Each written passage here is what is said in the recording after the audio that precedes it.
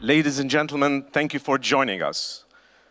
As we close our enlightening conference, and on behalf of the Amadeus Institute, I would like to thank each participant for their invaluable contribution. Our discussions have highlighted the complex challenges in the Middle East and around the world. The insights shared here underscore the urgent need for collaboration, understanding, and persistent dialogue. Thank you all for your dedication and commitment to this noble cause. More than 250 speakers, 6,000 people attended, and 50 panel discussions. Tonight we have a special occasion. It is my distinct honor to introduce a remarkable leader and a visionary in the realm of international politics. Today we are privileged to have with us the esteemed President of the Union of the Comoros, a leader who has tirelessly worked towards the betterment of his nation, advocating for peace, stability, and sustainable development in the Comoros and beyond. His commitment to fostering unity, embracing cultural diversity, and pursuing economic growth has been instrumental in shaping the future of his country. Please join me in warmly welcoming the President of the Union of the Comoros, His Excellency President Azali Assoumani. Now I would like to ask Mr. Brahim Fassi Fihri to present the word to His Excellency, the President.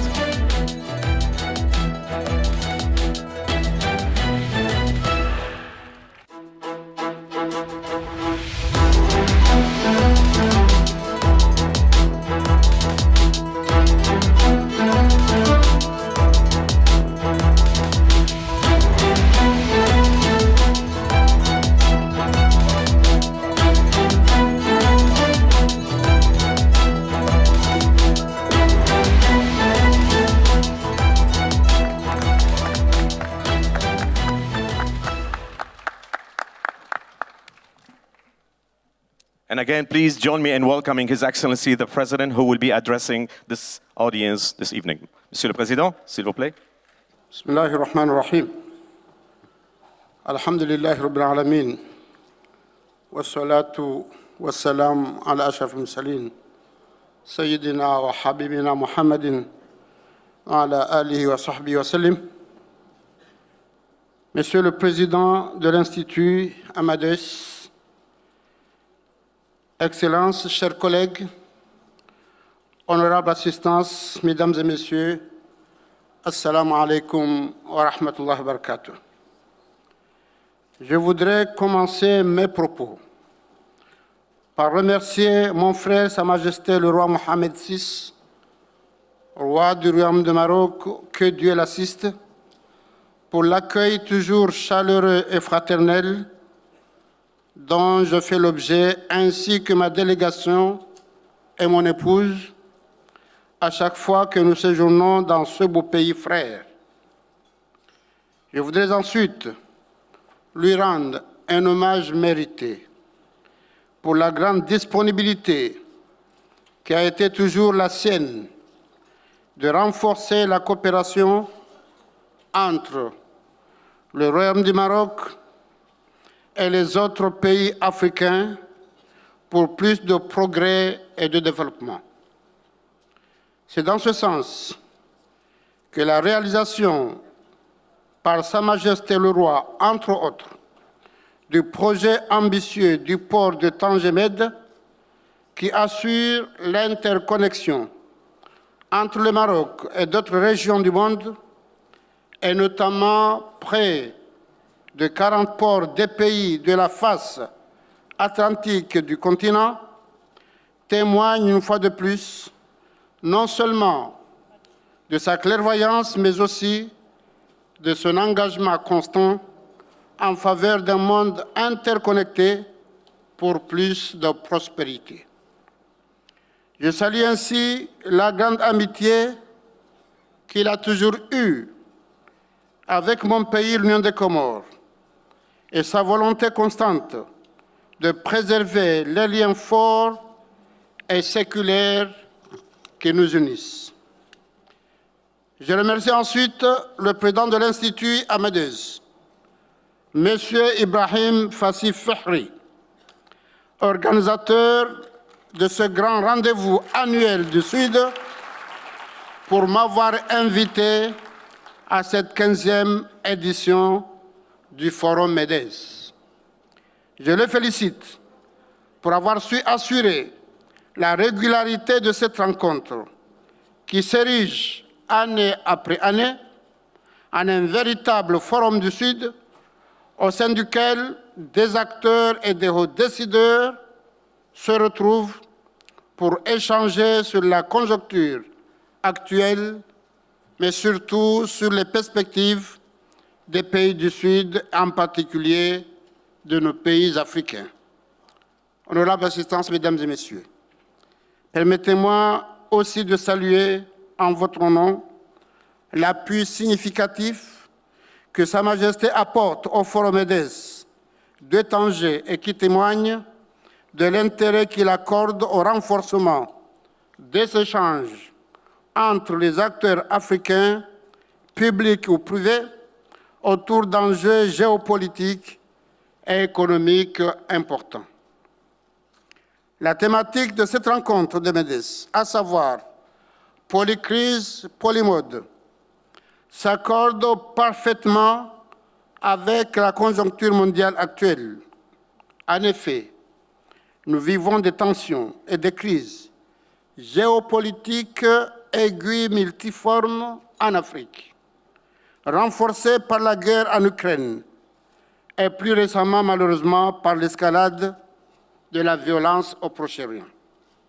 Ces guerres et crises multiples constituent des défis qui ne peuvent être relevés que par un multilatéralisme efficace et efficient au service des peuples. C'est dans ce sens que depuis que mon pays assume la présidence de l'Union africaine pour cette année 2023, je ne ménage aucun effort pour apporter ma modeste contribution à la résolution de ces crises.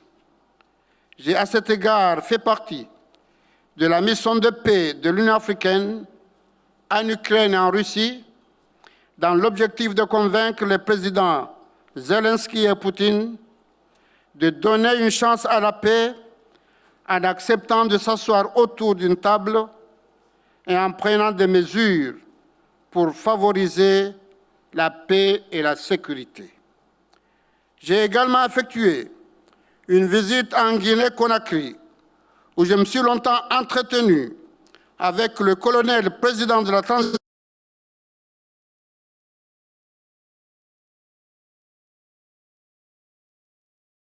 dans ce pays frère. Je me suis également entretenu récemment à Brazzaville, en marge du sommet des Trois Bassins, avec le général président de la transition du Gabon, dans le même sens. J'entretiens en outre des échanges réguliers avec les généraux Abdel Fattah al-Burhan, président du Conseil de souveraineté de transition du Soudan, et M. Hemeti, chef des forces de soutien rapide du Soudan, pour les encourager, les convaincre à faire taire les armes afin de donner une chance à la paix dans ce pays frère. Si l'Afrique veut connaître la prospérité et doit parvenir à mettre fin à l'instabilité politique et aux guerres fratricides qui minent le continent et qui malheureusement ne font que se multiplier. Notre continent est une terre d'opportunités. Au-delà du fait que nous ayons en commun et partageons le même riche sous-sol, nous sommes aussi liés par nos cultures, nos traditions et nos coutumes. J'ai alors la ferme conviction que nous avons là une opportunité certaine à saisir pour constituer entre nous, dans ce polymonde, un véritable bloc de partenariat efficace dans l'intérêt supérieur de notre continent et de nos peuples respectifs.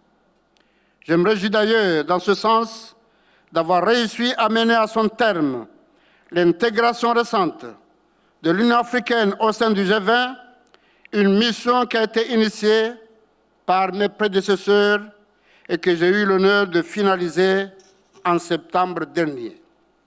Je n'aime pas non plus, pendant ce mandat qui m'est confié, de poursuivre le plaidoyer légitime des réformes du Conseil de sécurité des Nations unies afin que l'Afrique puisse également y avoir un siège permanent pour plus de justice et d'équité. Je continue également à sensibiliser mes pairs sur l'importance de la mise en place effective de la zone de libre-échange continentale africaine pour une réelle intégration régionale avec une réelle industrialisation de notre continent pour plus de développement. S'agissant du changement climatique, qui est également un défi majeur à relever par nos pays africains et surtout nos États insulaires, nous avons tenu à Moroni en juin dernier une conférence sur l'économie bleue dont la déclaration a servi de document de travail lors du sommet de Nairobi sur le climat qui s'est tenu en septembre dernier. Cette déclaration ainsi que celle de Nairobi nous permettront lors de la COP28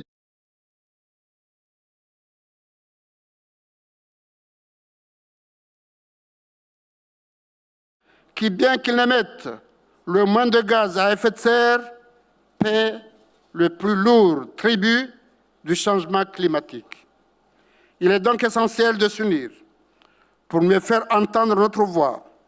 Et c'est la raison pour laquelle je félicite cette initiative de réunir chaque année en Afrique, ici à Tanger, des acteurs africains et des partenaires d'autres continents pour discuter de notre avenir et des mesures qui pourraient nous permettre de relever les défis présents et futurs afin de rendre nos pays plus résilients aux différents chocs. Mesdames et Messieurs, honorables assistances, je voudrais pour conclure renouveler mes félicitations aux organisateurs et aux participants de cette 15e édition du Forum MEDES de Tanger. Je suis d'avis que les conclusions de cette 15e édition contribueront à faire avancer les réflexions en cours pour plus de paix, de progrès et de développement en Afrique.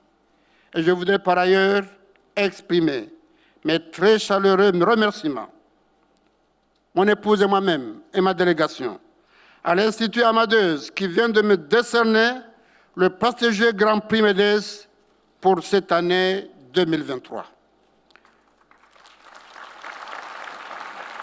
Je suis très honoré de recevoir ce Grand Prix que, je l'espère, traduit votre reconnaissance des efforts inlaissables que je déploie au nom de l'Union des Comores et de l'Union africaine pour soutenir l'unité, la solidarité et l'intégration africaine pour plus de paix et de développement dans notre continent. Je ne peux clore mon propos sans saluer le leadership très éclairé de Sa Majesté le roi Mohammed VI, que Dieu l'assiste, pour une Afrique libre et autonome, jouissant de la place qu'elle mérite dans le concert des nations. Je vous remercie. Marhaba Menji. Merci beaucoup. Shukran jazilan. Barakallahu fikum.